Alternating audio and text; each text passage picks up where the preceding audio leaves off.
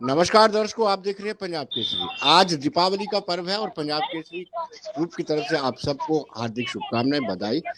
मंगलमय रहे आपकी दीपावली। आज के दिन गिफ्ट का आदान प्रदान हो रहा है, मिठाइयां बांटी जा रही हैं, लेकिन कुछ जगहों पे विचारों का आदान प्रदान हो रहा है। वो विचारों का आदान प्रदान हो रहा है कि आपकी सैलरी नहीं आई है, दीपावली कैसे मनाई जाएगी। जी हाँ, मैं बात कर रहा हूँ रिजर्व कैटेगरी के मुलाजमों की। दीपावली जो 14 साल का वनवास काटने के बाद राम भगवान अयोध्या पहुंचे थे, हिंदुओं का सबसे बड़ा और पवित्र त्योहार मनाया जाता है, उस दिन भी रिजर्व कैटेगरी के मुलाजिम जो है सड़कों पे हैं, खुली धूप के अंदर प्रोटेस्ट कर रहे हैं। विपिन कुमार जी हमारे साथ जुड़ चुके हैं जम्मू से, धरना स्थल से हमारे साथ जुड़ चुके हैं। विपिन जी, आप इस दीपावली को कैसे देखते हैं? दुखदायक है। देखिए सबसे पहले तो ये दीपावली का पर्व जो है उसकी मैं हार्दिक शुभकामनाएं देता हूँ पूरे जी देशवासियों को, जम्मू कश्मीर के निवासियों को और आप लोगों को भी, जो मीडिया के जी बंधु हमारे साथी जो इतने देर से हमें कवर कर रहे हैं। बिल्कुल हमें आशा और उम्मीद थी कि दीपावली के उपलक्ष्य में जरूर कम से कम जो सैलरीज का हमारा इशू उसको एड्रेस किया जाएगा, लेकिन बड़े अफसोस की बात, मैं इसे दुर्भाग्य कहूंगा कि जम्मू कश्मीर ही नहीं बल्कि पूरे भारत देश में एक प्रथा रही है कि दीपावली हो, ईद हो या कोई भी धार्मिक पर्व हो, उसके लिए एडवांस में सैलरी रिलीज की जाती है। अब एडवांस में सैलरी रिलीज करने की बात तो दूर है, जिन कर्मचारियों की सैलरी पिछले 4 महीनों से बंद है उसको भी रिलीज नहीं किया गया है। तो आप जी अंदाजा लगाइए कि जो जब आपका जेब ही खाली है तो फिर क्या होली और क्या दिवाली। जी तो जब कहीं जेब में आपके कुछ नहीं है तो फिर आपके लिए रोज ही दिवाली है, मैं इतना ही कहूंगा। और मुझे लगता है ये प्रशासन मेरी बात समझ गया है कि दीपावली के लिए जो आशा और उम्मीद थी, बिल्कुल जी जी हम जी निराश जरूर हुए हैं लेकिन हताश नहीं है। जी सर। जी जी विपिन जी, अब कितने सभी मुलाजिमों की सैलरी नहीं आई है कि चंद कुछ डिपार्टमेंट है जो डेलिबरेटली नहीं दे रहे? क्योंकि हमारी बात हुई थी देखिए रविंद्र मैं खन्ना जी। चूंकि जी मैं आपको बता देता हूँ, हेल्थ डिपार्टमेंट जो है किसी कर्मचारी की सैलरी नहीं आई है, फॉरेस्ट डिपार्टमेंट में कर्मचारियों की सैलरीज नहीं आई हैं, रेवेन्यू रूरल डेवलपमेंट में जी सैलरीज नहीं आई हैं। इसके साथ साथ हमारे जो एजुकेशन के डिस्ट्रिक्ट कुपवाड़ा है, डिस्ट्रिक्ट बांडीपुर है, डिस्ट्रिक्ट बारामूला, उसकी सैलरीज नहीं आई हैं। इसके अलावा जी हमारे फिशरीज के बहुत सारे मुलाजमिन की सैलरीज नहीं आई है, पंचायत अकाउंट असिस्टेंट है उनकी सैलरीज नहीं आई है, यहाँ तक कि हमारे जो स्कीम्स में काम करने वाले लोग थे उनकी भी कुछ की सैलरीज बंद है। मैं तो इतना ही चाहता हूँ कम से कम इस उपलक्ष्य में सैलरीज को रिलीज करने की प्रथा तो उसको निभाया जाए। 2 दिन बाद भाई दूज का ये त्योहार आ रहा है, अगर भाई की जेब खाली है तो वो बहन को कौन सा गिफ्ट देगा। आपने जरूर कहा दीपावली हो या कोई भी धार्मिक पर्व हो, यहाँ पर जो तोहफे हैं, गिफ्ट है, उनका आदान प्रदान होता है, लेकिन अभी तक यह विचारों का ही आदान प्रदान हो रहा है। जरूर मैं इतना कहता हूँ कि सैलरी को जी बंद करना जो है, ऐसे इन कर्मचारियों के अंदर विश्वास पैदा नहीं होगा। जी आज जरूरत इन कर्मचारियों के अंदर एक विश्वास पैदा करे प्रशासन के, प्रशासन इस मुसीबत की घड़ी में आपके साथ खड़ा है। अगर जी प्रशासन आपके साथ खड़ा है, इन कर्मचारियों के अंदर विश्वास पैदा होगा। बिल्कुल हमने 15 साल में अगर कश्मीर में काम किया है तो उन 15 सालों का नतीजा आज ये हमारे साथ है कि हमें 146 दिन से यहाँ धरने पे बैठे हैं और सुध लेने वाला कोई नहीं। कम से कम मानवता का संज्ञान ले। देखिए मैंने पहले भी कहा है, चाहे पीएम पैकेज इंप्लाइज हो, चाहे नॉन पीएम पैकेज इंप्लाइज हो, रिजर्व कैटेगरी इंप्लाइज हो या हमारे पीएचई डेली वेजेस साथी, उनकी बात है, इसको एक इंसानियत की नजर से देखना चाहिए। मैं आप सुबह से ही हमारे जितने भी कर्मचारी है वो यहाँ पर अम्बेडकर चौक में बैठे हुए हैं। आज इनको अपने घरों में होना चाहिए था, अपने बच्चों के बीच में होना चाहिए था, अपने बुजुर्गों के बीच में होना चाहिए था, अपनी फैमिलीज के बीच में होना चाहिए था। और साथ साथ में आज हम जब मार्केट से निकलते हैं, मार्केट से गुजरते हैं, तो हम जब मार्केट की तरफ नजर देते हैं तो हमें भी अपने बच्चों की तरफ ख्याल जाता है। जब हम यहाँ से अम्बेडकर चौक से वापस जाएंगे, जो बच्चे, जो बुजुर्ग, जो माँ बाप हमारे हमसे उम्मीद लगाकर बैठेंगे दीपावली के लिए कुछ न कुछ लेके आएंगे, तो मुझे बताइए कि खाली जेब से हम उनका सामना कैसे कर पाएंगे। आपने बड़ी भावनात्मक बातें की। सही बात है, आज के दिन बड़े बुजुर्ग भी अपने बच्चों से उम्मीदें रखते हैं और खास तौर पर बच्चे बड़े उम्मीद रखते हैं कि उनको कोई नया तोहफा मिलेगा, लेकिन सरकार ने आपको सैलरी तक नहीं दी है और ये सबसे बड़ा त्योहार मनाया जाता है पूरे भारत में। देखिए, भारत देश में जितने भी बड़े बड़े त्योहार हैं, खास तौर पे हिंदू जो लोग कर्मचारी हैं, उनके लिए इससे बड़ा त्योहार कोई नहीं है। बहुत सारे त्योहार है, लेकिन दीपावली जो है सबसे बड़ा त्योहार है हम लोगों के लिए। और यहाँ जी प्रथा रही है एडवांस सैलरीज की, और हम कोई एडवांस में भी आज नहीं मांग रहे हैं। हम अक्टूबर जी की सैलरी को नहीं मांग रहे, हम मांग रहे हैं जो हमारी पेंडिंग सैलरीज हैं, जून से पिछले 4 महीनों से सैलरीज बंद है, उनको ही रिलीज कीजिए आप। जी कम से कम इतना देखना चाहिए कि जो हम मांग कर रहे हैं, हम बिल्कुल जस्टिफाइड बात कर रहे हैं। सैलरी को बंद कर देना ऐसी स्थिति में जब ये लोग यहाँ धरने में बैठे, और धरने पे किस लिए बैठे हैं? कोई ग्रेड जी रिव्यू की बात नहीं हो रही है, डीए एचआरए की बात नहीं हो रही है, प्रमोशन की बात नहीं हो रही है, बल्कि हमें ये कहा जा रहा, हम ये मांग कर रहे हैं कि हमारी जिंदगी को बचाओ, सबसे पहले हमारे प्राणों की रक्षा करें आप। जी अगर हमारे प्राणों की रक्षा होगी तभी हम नौकरी कर पाएंगे। उसके ऊपर सब सैलरी बंद कर देते, तो कहीं ना कहीं मुझे लगता है ये बहुत बड़ा एक कम्युनिकेशन गैप है। 2 दिन जी पहले हमें ये बताया गया कि डिविजनल कमिश्नर कश्मीर जो है, उन्होंने एक वर्बल डायरेक्शन या एक फॉर्मल डायरेक्शन दी है तमाम डीडीओ को जी कि आपकी जी सैलरी को रिलीज किया जाएगा दीपावली के लिए। लेकिन सैलरी जी चूंकि अभी तक आई नहीं है, तो मुझे लगता है कि मैं ये पूछना चाहता हूं कि जो डीडीओस जिन्होंने सैलरी को बंद किया है, क्या वो डिविजनल कमिश्नर कश्मीर के ऑर्डर्स को नहीं मानते हैं? जी क्या उनके अथॉरिटी जो है वो डिविजनल कमिश्नर कश्मीर से भी ज्यादा है? क्या वो अपने आप को राजभवन से भी ऊंचा मानने लगे अब? ऐसी बात नहीं है। मैं तो अपील करता हूं माननीय लेफ्टिनेंट गवर्नर साहब से, आप इन चीजों का संज्ञान लीजिए। आपके दिशा निर्देशों की जो लोग अवहेलना कर रहे हैं, उनको आप देखें किस तरीके से वो इन कर्मचारियों को, जो पहले ही मुसीबत में यहाँ पर बैठे हैं, और इनको मुसीबत में डालने की कोशिश की जा रही है। ऐसी स्थिति में जब रोज बरोज 5 दिन पहले जो टारगेट किलिंग हुई, शोपियां में जो इंसिडेंट हुआ, हालात हमारे लिए वही है।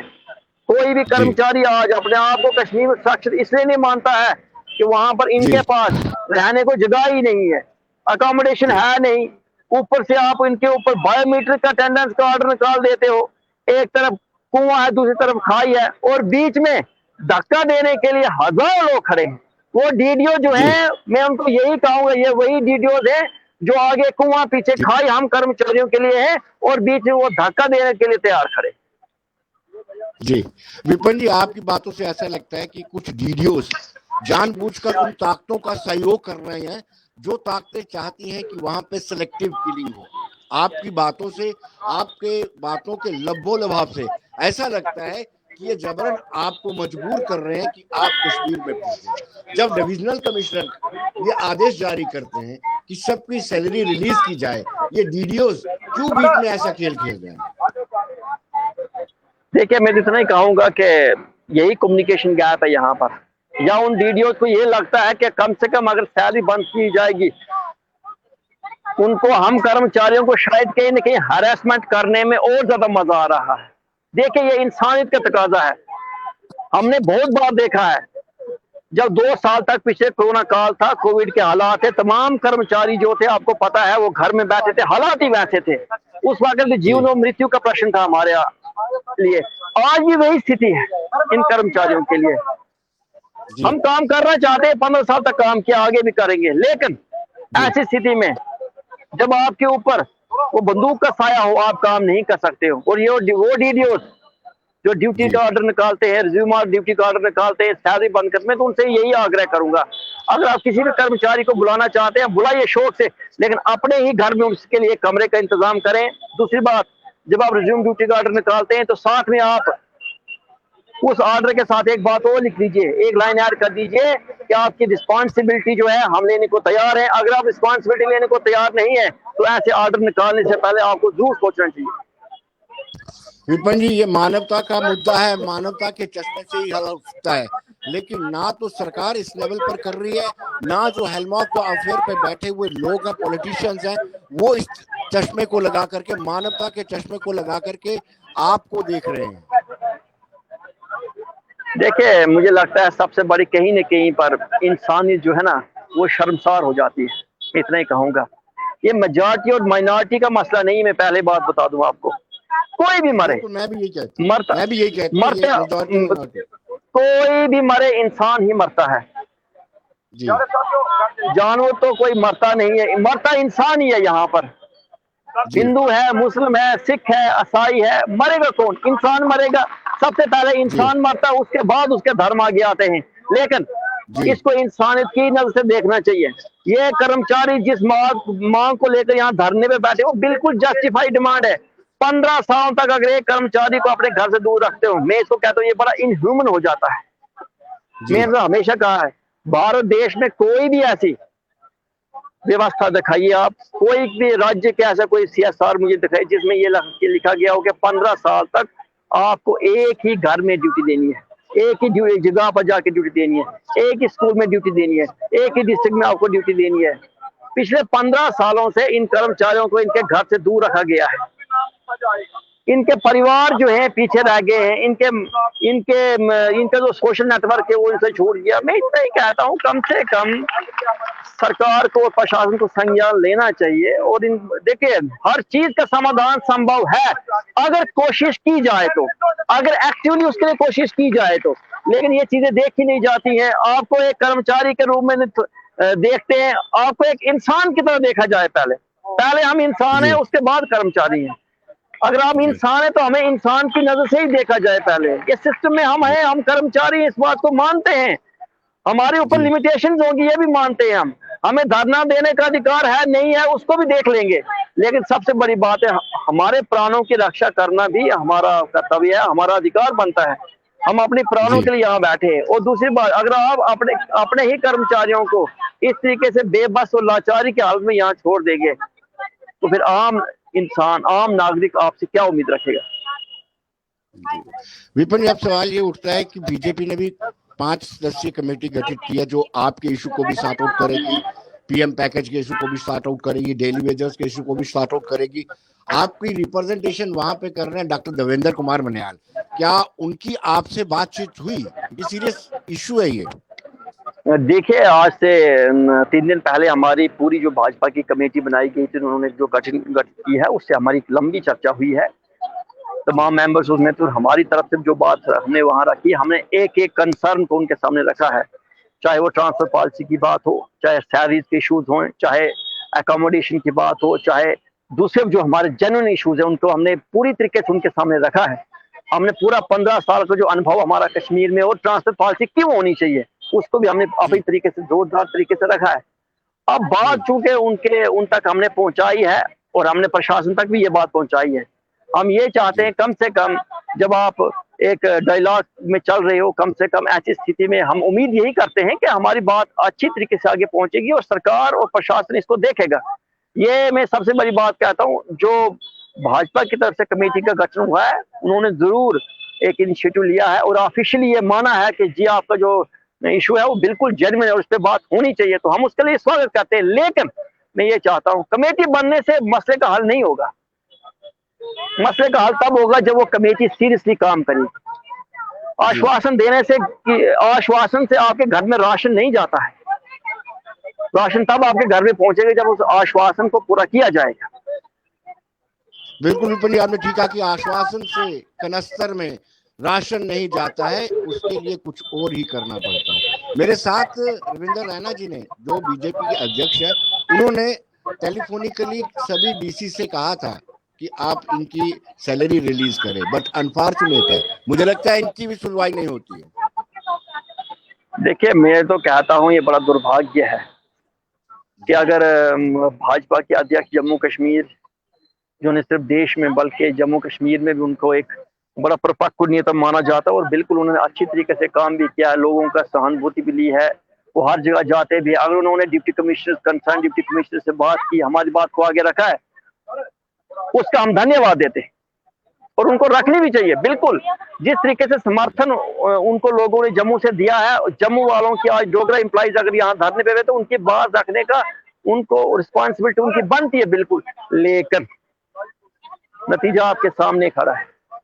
अगर आज उनकी भी बातें सुनी जाती है तो मैं लगता हूँ कहीं ना कहीं उनको भी एक आत्म चिंतन करने की जरूरत है। आज वक्त आ गया कि इंट्रोस्पेक्शन की जाए जी कि जो लोग वहां हेल्म ऑफ अफेयर्स में बैठे हैं, क्या वो किसी की बात सुनने को तैयार नहीं है?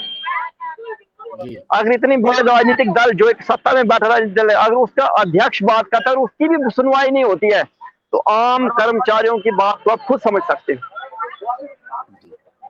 विपिन जी, जो कमेटी कॉन्स्टिट्यूट की गई है जिसको ट्रांसफर पॉलिसी फॉर्मुलेट करनी है, उस कमेटी के किसी सदस्य ने आपसे अप्रोच किया कि आपके पास कौन सा रोड मैप है, क्योंकि आप भी कुछ सुझाव दे सकते हैं, आप स्टेक होल्डर देखिए हैं। देखिए 20 अक्टूबर को ये कमेटी को रिकॉन्स्टिट्यूट किया गया है। मैं इसको कहूंगा रिकॉन्स्टिट्यूट, क्योंकि कमेटी 25 जुलाई को कॉन्स्टिट्यूट हो चुकी थी, अब उसको रिकॉन्स्टिट्यूट किया गया है। अभी तक जितने दिन हो गए, अभी तक किसी भी तरफ से, किसी मेंबर की तरफ से, कमेटी के किसी भी एक्टिव मेंबर की तरफ से, कमेटी की तरफ से कोई भी हमारे पास कोई फॉर्मल अप्रोच कोई ऐसी हुई नहीं है। मैं तो यही, मैंने उस वक्त भी कहा था कि कम से कम, चूंकि हम स्टेक होल्डर्स हैं, हमारी तरफ से भी एक या दो आदमी जो इसमें एज ए मेंबर्स होने चाहिए थे, जो अपनी बात इसमें रखते हैं। अगर नहीं रखा तो हम ये चाहते हैं कि कम से कम एज ए स्टेक होल्डर हमें बुलाया जाए, हमसे बात की जाए, जो हमारी कंसर्न उसको सुना जाए, जो हमारे साथ पिछले 15 सालों का वो पूरा हाल हमारे साथ हुआ उसका हम जिक्र वहां करते। और दूसरी बात ये भी है, जब बात होगी तभी बात बनेगी, जब टेबल पर जाएंगे तभी समस्या का समाधान होगा। सड़कों पर यहाँ यहाँ धरना देकर समस्या का समाधान नहीं होता है, लेकिन जब आपको टेबल पे बुलाएंगे तब ये सब कुछ संभव है। मैं तो इसमें बात कहता हूँ कि सबसे पहले है यहाँ समाधान संवाद से निकलेगा। संवाद कीजिए, शुरुआत बातचीत का दरवाजा खोलिए आप। अगर आप बातचीत का ही दरवाजा नहीं खोलेंगे तो ये धरना जो है ये चलता रहेगा। और हमने ये भी कहा है 147 डेज, 147 दिन आज हो चुके हैं, और अगर ट्रांसफर पॉलिसी की नोटिफिकेशन नहीं निकाली जाती तो तब तक ये 147 दिन और भी बैठने को तैयार है, कोई मसला नहीं है, क्योंकि हमारे पास कोई ऑप्शन नहीं है। आगे कुआं है, पीछे खाई, मैंने पहले बताया आपको। धरने के अलावा हमारे पास है क्या?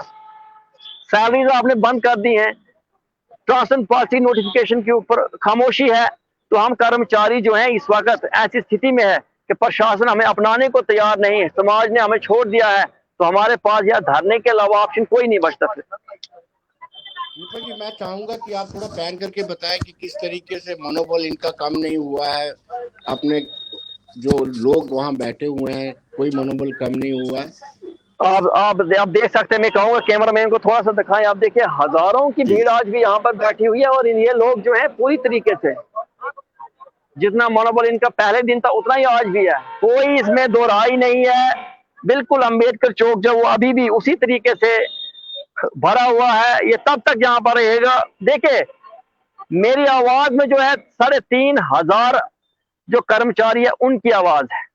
कोई ये ना सोचे कि मैं बात कर रहा हूँ, मैं आपसे बात जरूर कर रहा हूं, लेकिन मेरे पीछे मैं 3,500 एम्प्लॉइज को की यहाँ पर बात कर रहा हूं, जो मेरे मन में, ये 3,500 कर्मचारियों के मन में है, जो इनकी मन की बात है वो मेरे मन की बात है। तो ये 3,500 कर्मचारियों का मसला है। उनके परिवार आज दीपावली के दिन जरूर इस इंतजार में थे कि कम से कम सैलरी रिलीज होगी, वो नहीं हुई है। तो मैं तो इतना ही कहूंगा, 36 सालों की मेरी जो एज है, इस एज में पहली बार मुझे लगा है कि नया जम्मू कश्मीर आज बन गया है। विपिन जी, महिलाएं भी आपके साथ है, महिला कर्मी भी आपके साथ हैं। दीपावली के दिन महिलाएं कर्मी जो हैं अपनी पूजा पाठ को, पूजा के स्थान को सजाती हैं, लेकिन आज ये यहाँ पर बैठ करके अपनी सैलरी और ट्रांसफर पॉलिसी को लेकर के जद्दोजहद करती। कितना अनफॉर्चुनेट है, दुर्भाग्यपूर्ण है ये। बिल्कुल, मैं बोलता हूँ आज का दिन जो है हर कोई अपने घर बच्चों के साथ अपनी फैमिलीज में बिताना चाहता है। हमारे धार्मिक जो पर्व होते हैं इसमें बहुत सारी हमारी विधाएं हैं, बहुत सारी पद्धतियां हैं, उनको हमने देखना होता है। लेकिन बड़ा अफसोस की बात है, यहाँ सामने ही मैं आपको बता देता हूँ, यहाँ म्युनिसिपल कमेटी जो है, म्युनिसिपल कॉर्पोरेशन जम्मू का एक बोर्ड लगा हुआ है। ये वहां पर मेयर और डिप्टी मेयर जो नए जम्मू कश्मीर में यहाँ जम्मू में बने हैं, तो उनके साथ लिखा है भाई दूज की वो शुभकामनाएं वो दे रहे हैं।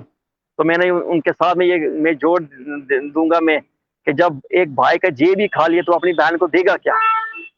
जी। करवा चौथ था वो चला गया, आज दीपावली है वो भी चली जाएगी। 2 दिन के बाद एक और धार्मिक पर्व आ रहा है। हम आग्रह करते हैं एक बार फिर इंसानियत की नजर से देखिए इस मसले को, सैलरीज को रिलीज कीजिए। अगर किसी कर्मचारी की सैलरी बंद हो जाएगी तो वो करेगा क्या? हमारे बहुत सारे कर्मचारी ऐसे हैं जिनको मेडिकल कंडीशन में प्रॉब्लम्स है, बीमार हैं, बहुत सारे मसले हैं, लेकिन कोई उनकी सुनने वाली नहीं। आप देख सकते हो ये जज्बा और जोश इस वक्त भी वैसा ही है जिससे आज से 146 दिन पहले था। देख सकते हो आप।